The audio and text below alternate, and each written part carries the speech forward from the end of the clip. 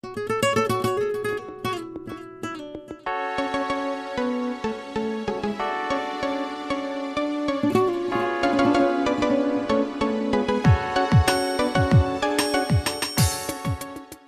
welcome Colby McFadden.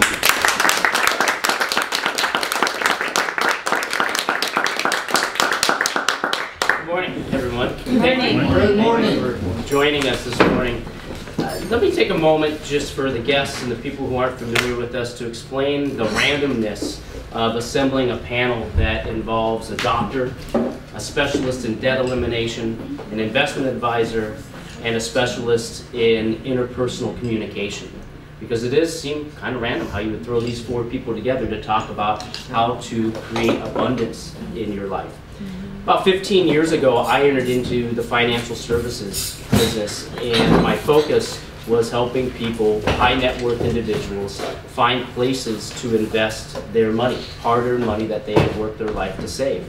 And if you ever want to get to know somebody really well, either become their priest, their psychologist, or financial advisor. Because there's nothing more that gets people to the root core of who they are than their money. Sex, money, and power, that takes people right down to the core of who they are. And over the past 15 years, as I have been advising people, I started to fall in love with what I do because I really fell in love with my clients. I fell in love with watching their lives develop. And over those years, I've worked with over 200 different families. I've advised over probably 1,000 different portfolios. And as I've gotten to know each one of these people, I've started to realize that there are some very unique traits to what you would call successful people. And success in my mind wasn't just money. It was a whole lifestyle. It was an abundance of relationships, good support group. It was a healthy lifestyle where you could get up each day, feel good about yourself, and go out and do the things that you wanted to do. It was having enough money and enough wealth to be able to make the choices from day to day that you would like to make without having stress about where do you pay that next bill. So for me, the idea of success was all of that packaged together. And within my client base, I started to seek out some of my higher end clients and sat down with them and started asking them, how did you get to where you're at? How did you acquire what you have? How did you build the family that you have? And what's funny about successful people is most of them really don't know that they're successful. And a lot of them can't verbalize what it was that got them there. So it took me many years of just observing and watching. And there were three things that really tied in that I saw in everybody's life that they had. They had health, they had relationships that were strong, and they had wealth. They all three tied together. Because if you don't have a good, healthy relationship with your family and your colleagues, how can you go out and make relationships that make you money? And if you're not wealthy or you don't have enough money to support your well-being day to day, how can you feel relaxed enough to be open up to bring in new relationships? All of us know that stress is probably one of the biggest causes of health breakdowns out there. So I started to see that these three items really tied together.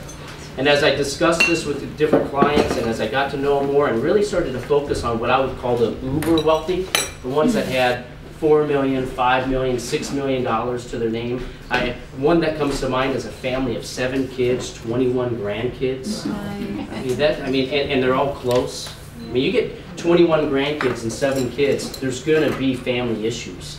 But there's nothing like seeing a whole family come together and work together on all of those things without judgment, without pain, and communicating to each other in positive ways. So in studying these uber successful families, I started to realize that there are 4 pillars that are in place within all of these families. One is health. All of these individuals spent a lot of time focusing on their health. They took their health serious. They were preventative in their measures. And what's amazing is a lot of these people, over the years, they've stepped outside of the traditional area of health of going to a doctor and getting medications and started searching other alternative measures and taking herbs and watching their diet and making sure that they exercise on a regular basis. And the number one thing that they always cited is stress. They always came back to me and said, Colby, the one thing that I've learned is I've learned to simplify my life and reduce stress as much as possible. The other area of the uber successful was they got rid of debt. When you looked at their finances, they all were debt-free.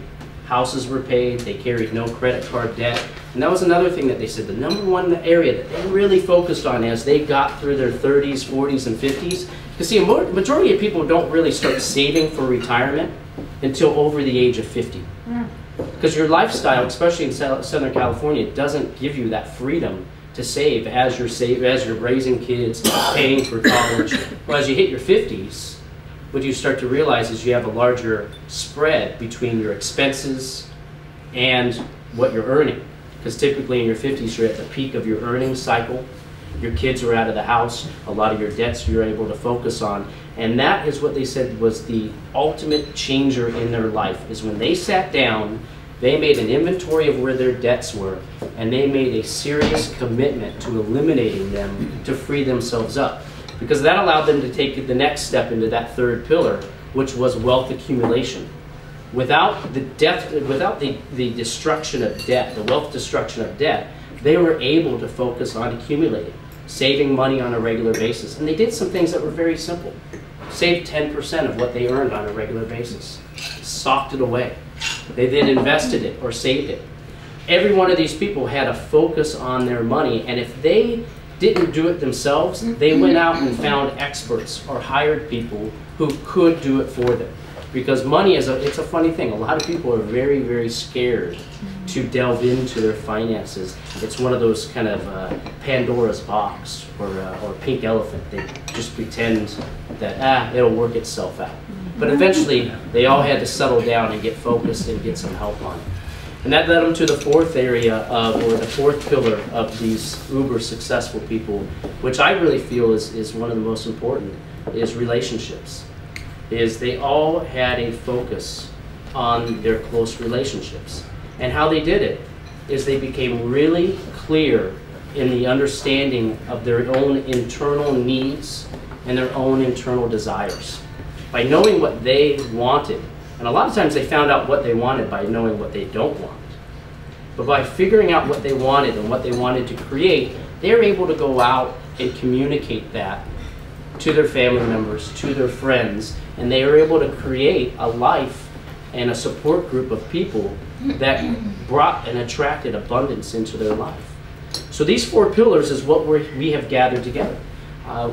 Through Toastmasters, I have gotten the enjoyment to meet these four people that are going to come up here and talk about each one of their own specialties. And what we wanted to do is provide the resources and the tools for each one of you to be able to create or strengthen these four pillars in your life.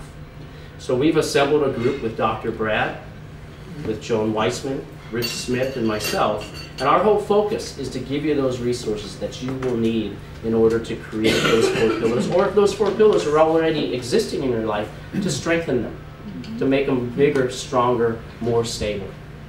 A few years ago, I started to have some problems with one of my shoulders. I was surfing a lot, and I was starting to feel a little pain in it. And I wasn't sure where to go. I'm not a doctor fan. I don't like hospitals. I don't like doctors. I don't like medications. Those just aren't the things that I enjoy. And so the last thing I wanted to do was go to a doctor and find out what was going on with my shoulder. So I sat there in agony and pain for a few weeks.